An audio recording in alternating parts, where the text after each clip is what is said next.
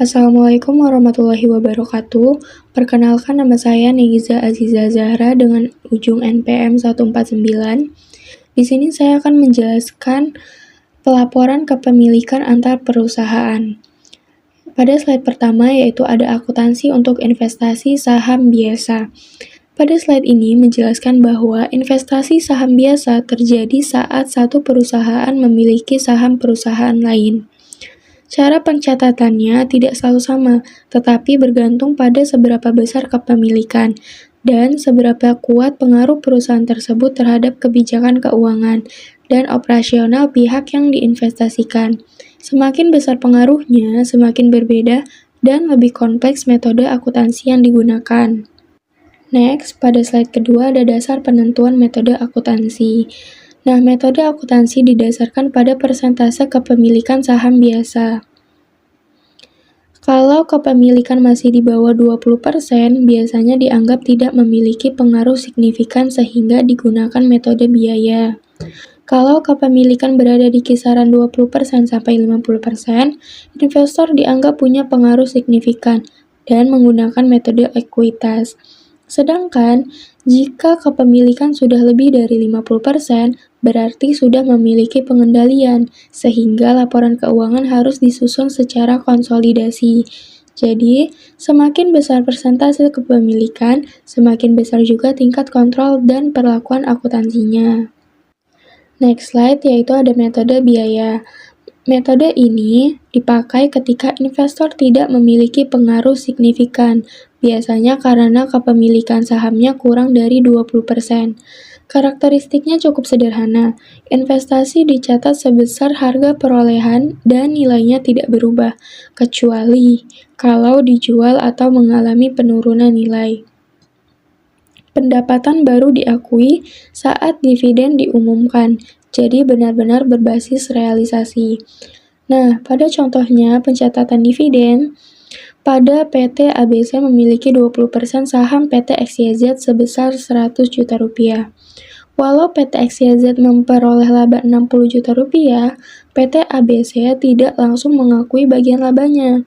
PT ABC hanya mengakui pendapatan saat dividen dibagikan. Jika dividen 20 juta, maka bagian PT ABC adalah 4 juta. 4 juta dari mana? Yaitu dari 20 juta dikalikan dengan 20% saham. Maka dapatlah 4 juta rupiah yang dicatat sebagai penerimaan kas. Next, ada metode ekuitas.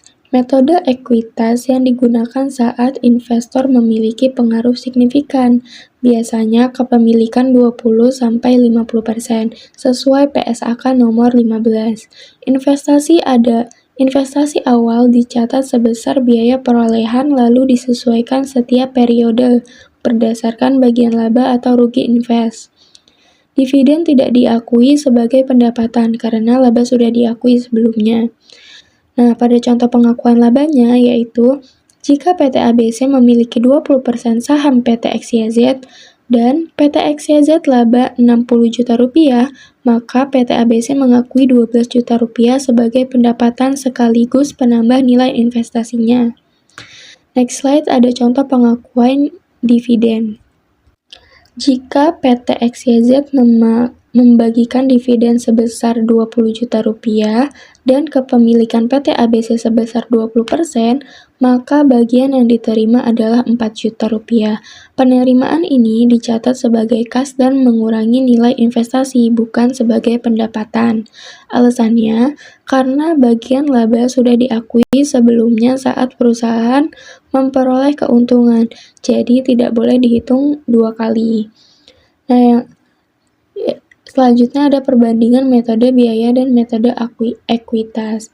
Nah, pada aspek pengakuan laba, metode biaya itu saat dividen, sedangkan metode ekuitas saat laba terjadi.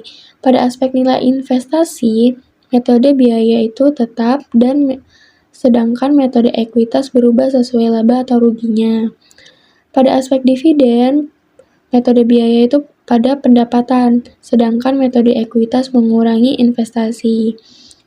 Pada aspek kompleksitas, metode biaya itu lebih sederhana, namun pada metode ekuitas itu lebih kompleks.